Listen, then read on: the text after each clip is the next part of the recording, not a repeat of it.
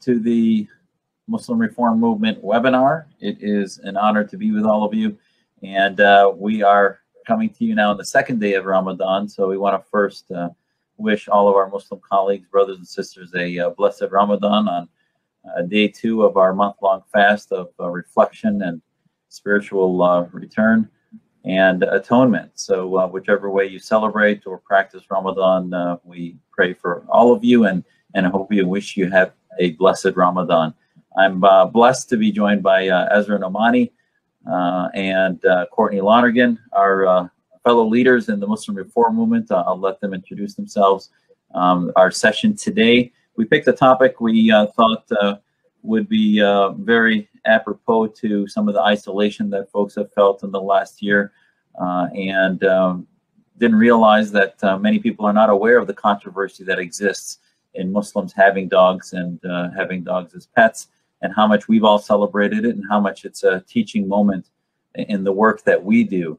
And especially after COVID and the pandemic, as we start to come out of that, they have been an unbelievable solace for many of my patients. And we thought that this topic would be very, very timely to talk about ways we approach reform. So without further ado, I'm going to turn over the moderation to Ezra Nomani, a former Wall Street Journal reporter and head of the Pearl Project. So Ezra, it's yours. Great. Thank you so much, Zuhdi. I really appreciate us coming together, all of you listening to us and watching us from around the world. As Zuhdi mentioned, my name is Asra Nomani, and I'm an immigrant to America from India. I came when I was 4 years old, and I grew up like many people in the U.S., loving icons of American culture like Nancy Drew and the Hardy Boys. But there was one part of American society that I did not participate in, and that was having a dog as a pet. I grew up in Morgantown, West Virginia with my parents, who are very open-minded, critical thinkers, but there was this one taboo within our Muslim community that they would not cross, and that was the idea of having a dog. And I wondered, why not? Why not get a dog?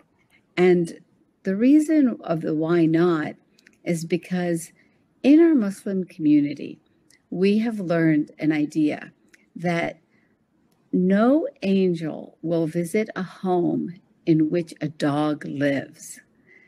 It's a really, really crazy idea to anybody who's had a dog as a pet. But again, imagine that.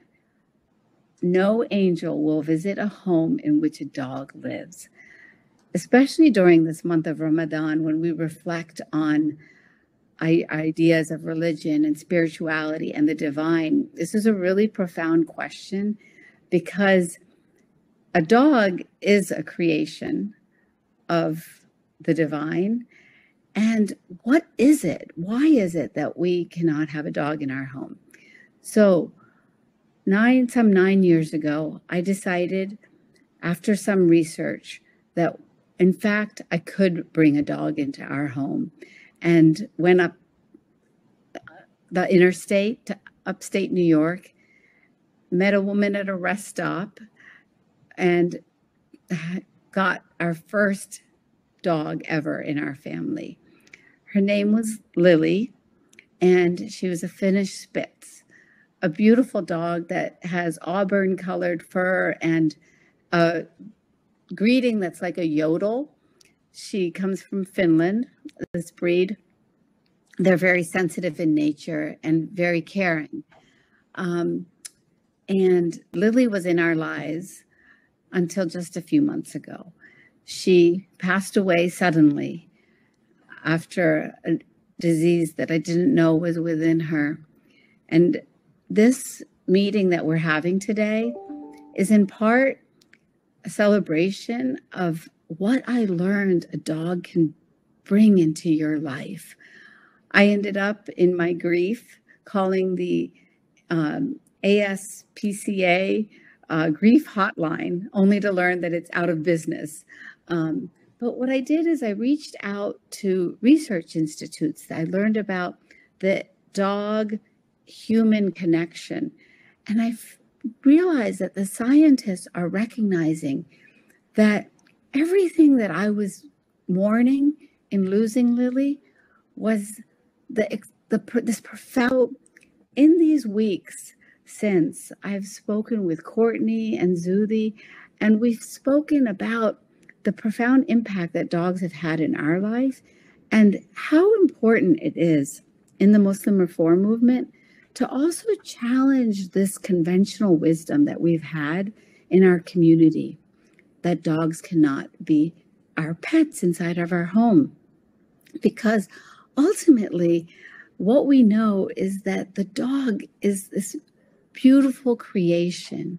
And that is why our conversation is titled Angels on Earth, because we reject the idea that an angel will not visit our home.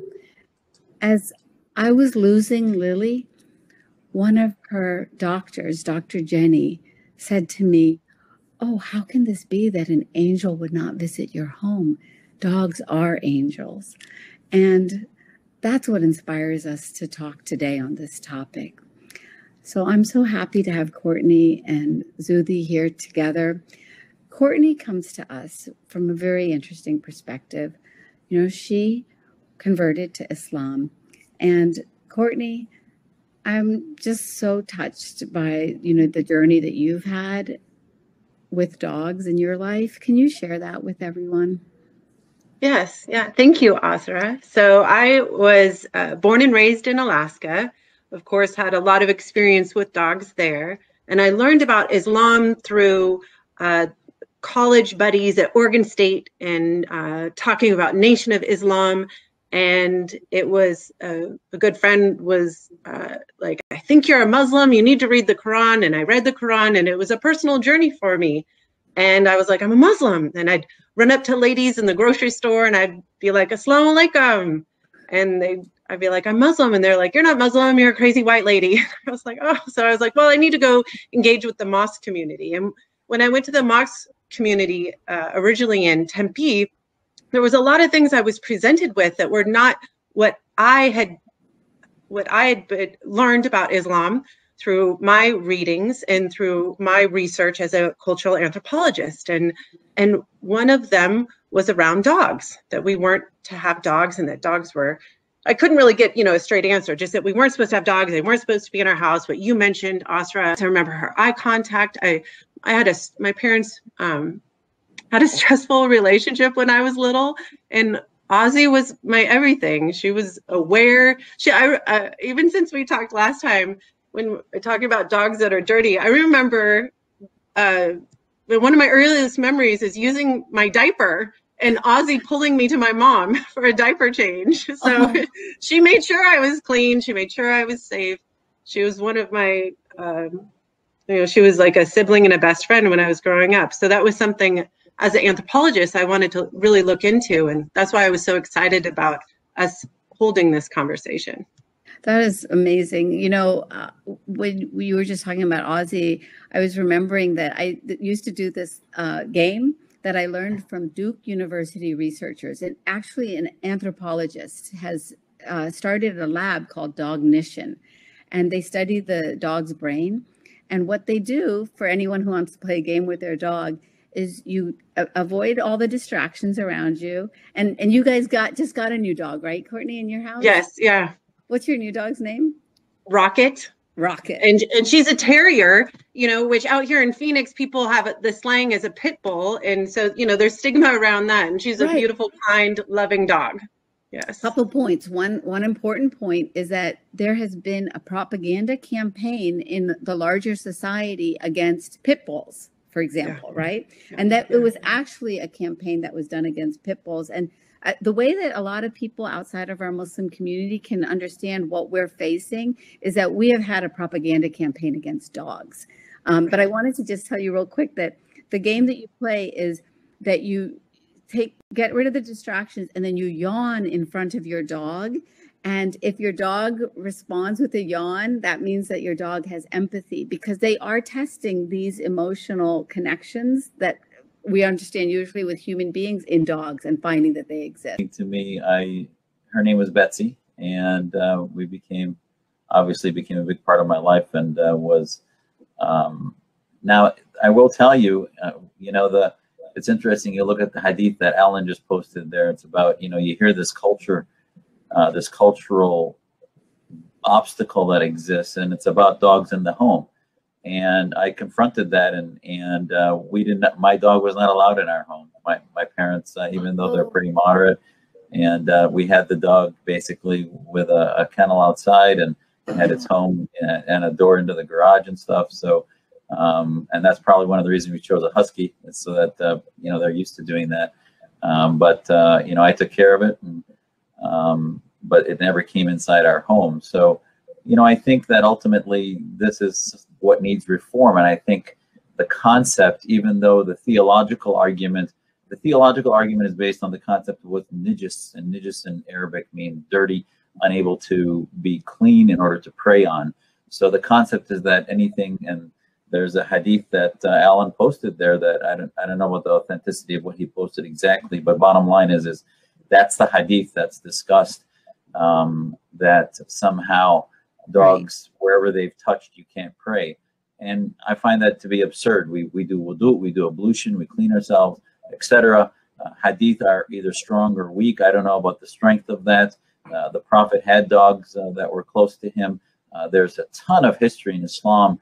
And I had this argument with my parents, and they will often tell you, many of the folks that are against having dogs in their house, and though my parents evolved over time after this, but the bottom line is many of those Muslims will tell you that, I know it doesn't make sense, but I just don't feel right, because they sort of grew up in their childhood thinking dogs were dirty. And if you look at the history, there's an article by a Yale professor that says the moment dogs became dirty in Islam, it was in the 16th, 17th century. They were well part of the culture, etc. Before that. Yes, you can find times in which dogs were looked at the time of the Prophet about questions of disease, but as were every animal. Heck, in COVID just this last year, I've had many patients ask me if their dogs can transmit it, what they can do. The answer is obviously no, but you never know. And if you look at historically, the moment dogs became dirty in the Islamic majority community, if you will, it had to do with fear of major diseases spreading around the world, and they blamed dogs. They targeted the defenseless animal as being the reason for the spread of disease through Asia, through the Word of God. It has nowhere near the authenticity or importance of the Quran. There's nothing in the Quran that prohibits the dog. So that we'll set aside. Exactly. In the Hadith itself, there are passages in which, just like on the treatment of women and others, there are things that I believe are fabricated and made up, and the Prophet never said. And if they did, my guess is most things we do in our reform movement, if the Prophet were alive today, my belief is he would say that was all ill-advised, and he would modify. But me personally, I can tell you that, and I want to end on this, my first comments. You look inside a dog and you see the warmth and the compassion and the health that it brings to families, to individuals that are lonely. We saw it this last year, and you say, well, what's inside that creation? Yeah. And in Islam, we think of two things: the self, which is the nefs. The nefs has an ability to choose and have free will. Do dogs have that? That's a little controversial. They're pretty reflexive, etc. But they definitely have a soul. They definitely have a ruh. They have an ability to feel, to be. They have a soul that is full of life. And the title that you chose, Esther, for this, Angels on Earth, is so appropriate, because how can they do wrong? They can do no wrong. They are reflexively good animals that save lives. We use them in security and health, and in child therapy at children's hospitals, treating cancer patients. Right. And yet, as we said before, yet you go to the Royal Hospital in Saudi Arabia or the hospitals in Pakistan, those kids that are dying of cancer can't feel the warmth of an animal because there's mores against having dogs and feeling that they're dirty. And that's just absurd, and is a sign of a deeper pathology within cultural control by theologians. Yeah, and something that, we fight against in the Muslim reform movement is dogma. And so that's literally what we're facing here today, is dogma, orthodoxy that has declared a being, a creature of the divine. Anthropologist, you study the relationship of us as beings to each other in society. What has been this history of relationship of Muslims to dogs through history? Zuhdi touched on an important moment when dogs were declared impure, but was there ever a time that we were in synchronicity with the dogs as parts of our tribe even?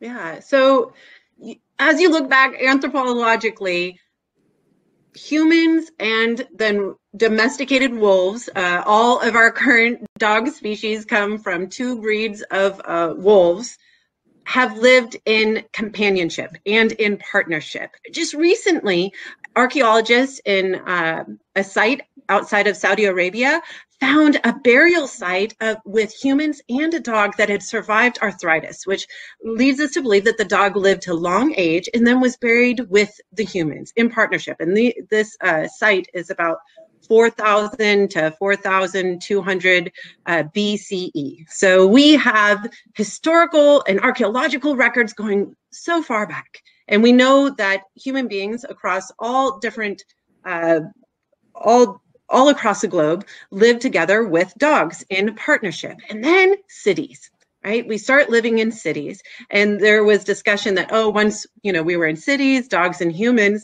didn't work together, but we did. And some of the largest Muslim majority countries, and as Zuhdi mentioned, to around 200, 300 years ago, lived in partnership with dogs. Mosques would build watering troughs. People were punished for herding urban dogs. Urban dogs were a huge resource in our cities, and they were outside of the city. Dogs didn't have as big of a role and a task, and so certain human beings then capitalized on that and then stereotyped the dog.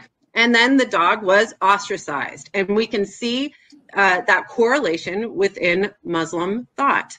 Now, the interesting piece is dogs really haven't been pets of human beings for really only the last 100 years. So it's a revival of that relationship that once was based on efficiency, now is based on a deeper connection. And so you see Muslim communities across the globe, activists reviving that connection with an animal that has been so closely intertwined with our survival, and now we're reviving that. Yeah, I mean, I just have such a big smile on my face listening to you and Zuhdi talk about this, because everything that I'm speaking of is infused with the memory of what our dog Lily gave to us, the gift of this beautiful friendship that you all both have been talking about. And I prayed a few years ago in the home of a scholar of Islam named Khalid Abu al-Fadl. And he is trained at UCLA. He studied at Al-Azhar also. He is considered quite orthodox in many of his interpretations. And I prayed actually next to him, shoulder to shoulder. So he rejected the idea that a woman has to pray behind a man because she's impure. And the second thing is, he has so many adopted dogs in his home. They circled our legs as we prayed. So he rejected that notion. Another scholar, Ingrid Mattson, these are all people that we challenge on many interpretations of Islam. But Ingrid Mattson has written a piece for the Huffington Post in which she also asserts the legality of dogs as pets. So to Courtney's point, there are Muslims across the interpretation spectrum. And a couple other examples, dogs are therapy dogs, as Zuhdi was mentioning, to children in a camp for refugees in Kurdistan, in the Kurdish area of northern Iraq. What do you see is the inhumanity and danger of that kind of, this is religion then interfering with healthcare, really, the ability of blind people, for example, to navigate this earth, children to heal. What do you see are the implications if we continue down this road of demonizing dogs within society? And why do you think it's so important that we reform that interpretation? Yeah, I can't tell you how important that connection is, Ezra, because I mean, my day job is as a physician, primary care, but I'm also a medical ethicist. I've been doing medical ethics, bioethics consultations in the most difficult cases that happen at large hospitals because of my dedication sort of to the sense of helping people do what's right and understanding what their own moral and ethical limitations are, both from patient side and also from the professional side. So if you look at theologians, I can tell you one of the reasons I formed the organization that we did, the American Islamic Forum, and then our coalition, is because I had a lot of interaction at the end of life with some of the faith leaders in our community. And sometimes it's interesting, they have expertise in theology, but they really have very little, often they're not really trained in liberal arts, they're not trained in philosophy and literature and sort of a deeper existential understanding of all the other factors that go into humanity. And this example of the way dogs are treated is, an example of how you've cited folks who on other topics, whether it's Ingrid Mattson or the Muslim Law Council in Britain put out a quote. This is a council that on most issues give me a rash to even think about them, right? Because they're political Islamists. But on the dogs, they said, listen, they put a quote, and I'm paraphrasing, but they said, if you want to deny entry of a Muslim who has a seeing eye dog into our mosque, then you need to rethink the way you think about Islam and what our mosques are for.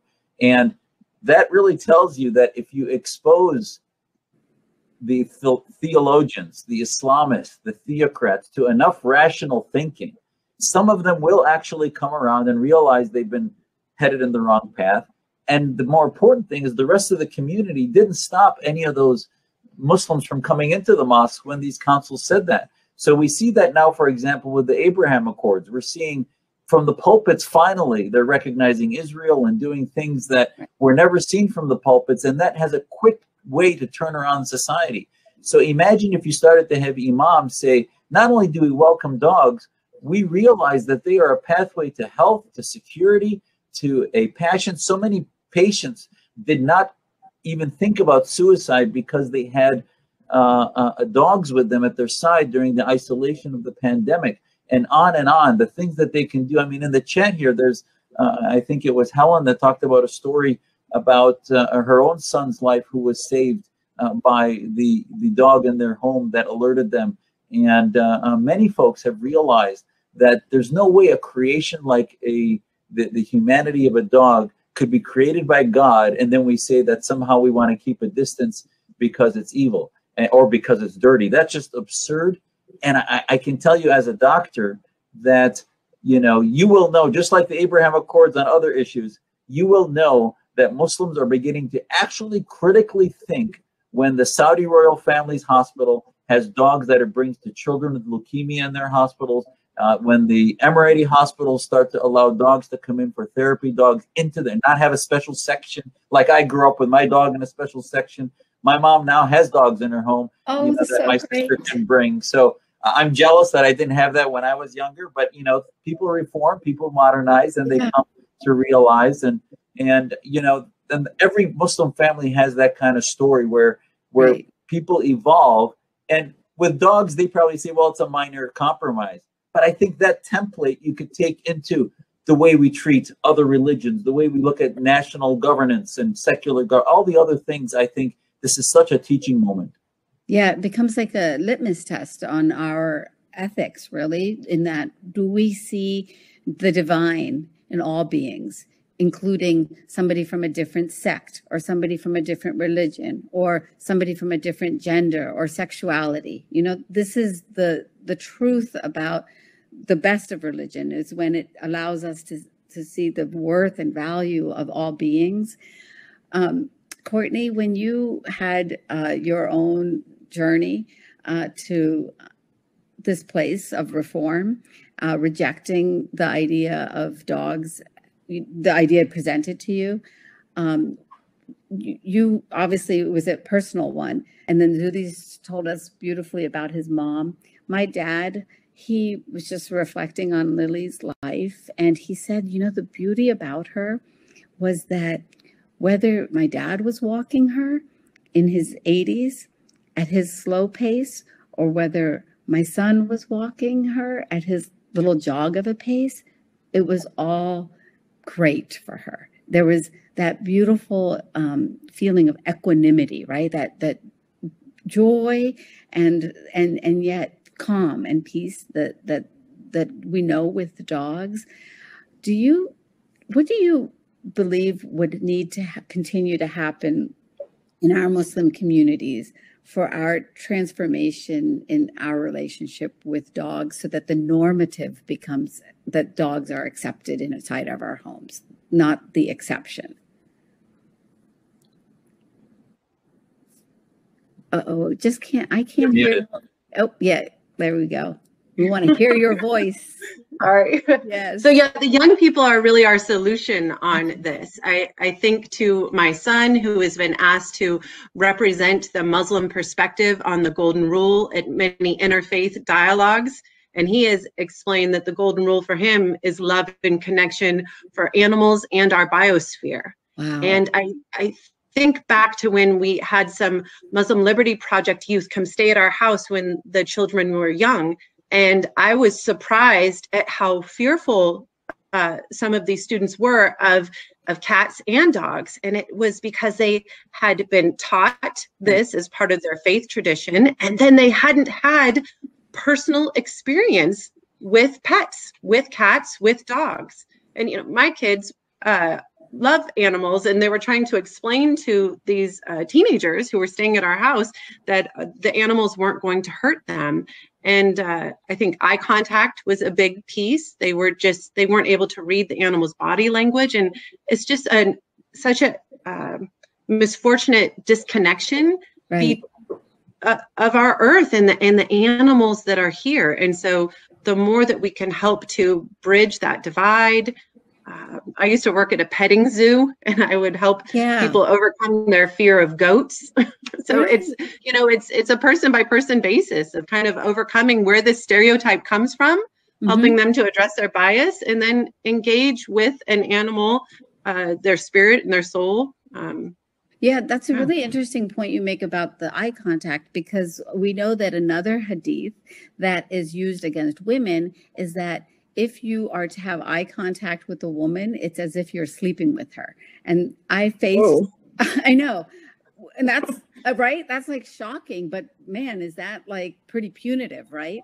So when I was reporting in Pakistan, I would experience that so much, where these more conservative men would not look me in the eye as I was interviewing them. And so then I couldn't catch their, all the nonverbal that happens. And so I think that you're so right in terms of literally seeing the dog, right? Seeing the animal. When I was even brought Lily into our home, my mother had never had a dog. And so she was afraid of petting the dog, right? And one of the other ideas that we are taught in our Muslim orthodoxy is that the dog's saliva is dirty. And so that's the point that Zuhdi was making earlier about that. So when we think about that, that let's call it transformation, that like moving into the normative, do you think that if we actually tried to there's this experience, this is really fun, in a Muslim majority country, I'm just blanking on which one right now, they had a day in which they allowed people to touch dogs. Like that alone could do something magical, right? Oh yeah, most definitely. Because Zuhdi, you probably know this scientifically also, but another discovery is that we as human beings have this hormone called pheromones, right? And then we also have oxytocin. So oxytocin is the love hormone. It's what we feel when we are hugging somebody, and it makes you feel happy. And did you know, for example, that dogs have that also? Yeah, dogs have I'm sure there's a number of hormones involved, and you can tell by the way in which you can tell when they're happy, they're elated, when they're sad. Right. I mean, the emotive experience of dogs as animals is, I mean, I don't know if it's paralleled in the animal kingdom. And obviously we're biased because we use dogs as pets, but you know, at the end of the day, it's really, and we see that those elevation in hormones, if you look at antidepressants, for example, Right. it will increase some of the hormonal elevations that are seen by simply having a pet that's done naturally, and especially dogs as pets, because of the comfort that the dog gives you. So, and we see reduction in cholesterol levels, reduction in stroke incidence. A large Harvard study looked at therapy animals and the correlation with reduced sudden death and cardiovascular risks, et cetera. And this is widely studied and widely proven. So, you know, a lot of that I think is essential. And, you know, but like I've said before, I don't think I should have to convince the men with beards and robes that their health is going to get better if they have a dog. I mean, that is certainly the frosting on top. But, you know, at the end of the day, these are creations of God that should be treated with compassion and allowed to help us in any way we can as human beings through our life. So it is really a demonstration of how fossilized their mindset is, and how little critical thinking they have, that we have to do so much studies to, I mean, we're doing the studies not to prove that we should have it, but rather to maybe, these are just narratives of stories that might have been told wrong, or if they were real, need to change and need to be adapted to modernity. So, Yeah. you know, I think that's the way to ask. That's what needs to happen in our society. Yeah, it's just as we approach so many of the dogmatic teachings that we've inherited, we have to use common sense. You know, on the idea of the hormones, I know that when I would drive my son around, I would think to myself as I got stressed, I would pet my puppy Lily as she was sitting in the passenger seat and say, okay, oxytocin's being released in you now, and now it's being released in me.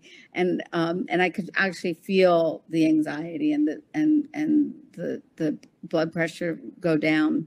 You know, everything that we do in the Muslim Reform movement is to make the world a better place. It's what drives us. It's, you know, none of us got into this to pick a fight with anybody. It's because we were, each of us individually, inspired by a tragedy or the challenges that we see in the world, to try to challenge dogma and to try to bring our Muslim community forward into the 21st century. Some people say, oh, there's so many bigger fights to wage versus, you know, instead of trying to bring dogs into the home. Courtney, why do you think this is important? You know, I was thinking anthropologically, what makes human beings different from other animals is one, our capacity to build shelter, two, our capacity to control fire, and then third, our capacity for speech. And then we see how much damage can be caused by words, how much pain can be caused, misinterpretations, people's power. People can create messages that are not then based on fact, that then cause harm for generations. And I was brought to a story from my son when he was young. He had gotten in trouble and he was upset with me and he was upset with his sisters. And that's his core, you know, we're social beings. That's his core group. And he was really upset. And he was like, I'm mad at everyone. I'm mad at everyone except for the cats and Charlotte's dog. And he hadn't even seen Charlotte's dog for a while. But that human animal connection, our connection with nature, can help us to rebuild our dignity. And we need to rebuild our dignity as human beings. Just because we were born human does not mean that we know how to treat another person as a human being. And so that's why our connection with nature and animals is a part of that journey. Yeah, and it is a life positive message, right? Like oftentimes, Zuthi, like in the last seminar, we talked about living, you know, how do we get beyond grievances? How do we get beyond our wounds, right? sorry, but when you have sorry you guys, when you have three of us took the time to talk about the importance of dogs as animals, as creations of God, as souls, as benefits to humanity, it's because you can't minimize the theological hook that happened here. If you minimize it, you're going to actually, if you say, oh, it's just all culture, and it's just that'll happen with, it's not all culture. What happened is somehow, just like the grievance industry, just like now our country, the United States, is being sort of overwhelmed by this, you know, call it wokeism, call it whatever you want. You call somebody a bigot or a racist, and all of a sudden everything else is gone. So that's a different problem. But on this issue, when they start saying, well, this is against the prophet's teaching, the dog's dirty, you can't pray there, all of a sudden all reason goes to the wayside, and you can't even have a debate about the value of animals because you've invoked the dirt of anti-Islam. So if it's an anti-Islamic dirt, you can't even talk about it. So this is so key. If we're going to, you know, if you're going to treat the multiple metastases of the primary cancer of theocracy in Islam, sometimes it's better to take one of the mets and treat it and show how it can get you back to the root source, which is ask questions. If it doesn't make sense, maybe the source is the problem. Maybe the imams that are trying to tell you what you can and cannot, what animals you can have in your home, what you can, how you need to look when you go to the mosque. Whether I've had Muslims tell me they wouldn't let me in the mosque because I had a little character from SpongeBob on my keychain, and they said that was worshiping idols. Right. And they wouldn't let him in the mosque. And I've had family members tell me that. Yeah, and in fact, Zudi, that comes from the same hadith, because the rest of the hadith says that if you have a dog or an image, the angels will not visit. So again, it's that lack of common sense. Absolutely. And we have to, you know, to connect, because we have to impeach the validity and the knowledge of the so-called ulama. Ulama in Arabic means scholars. So the sheikh means the wise one, the teacher. So until we're able to show that these wise ones, these teachers, are really handicapped and actually have malignant intent when it comes to many rulings that they pass, whether it's because they want to control society, control monies. If they're making money from religion, odds are they're already compromised because they want to keep their institution in business. And that's what our reform movement is about, is trying to use examples like this one to show that not only are they wrong on dogs, they're wrong on a lot of other things. That's right. And there is a poem that says that Sufi said that he learned Islam, he learned religion from his dog, because it is really with these creatures that have no words like ours that we sometimes learn some of the deepest lessons about love and friendship and companionship and how to exist on this earth. I just want to thank you both so much, because you took what was a moment of such grief for me and made it part of our movement, because I was inspired then, like you all, to share. And so whatever you are, whoever you are in this world, please join us in rejecting dogma and accepting progressive interpretations of Islam that keep us in the 21st century grounded with a life positive view about each other as human beings and all of the creatures that are angels on earth. Thank you so much for joining us today. Thank you.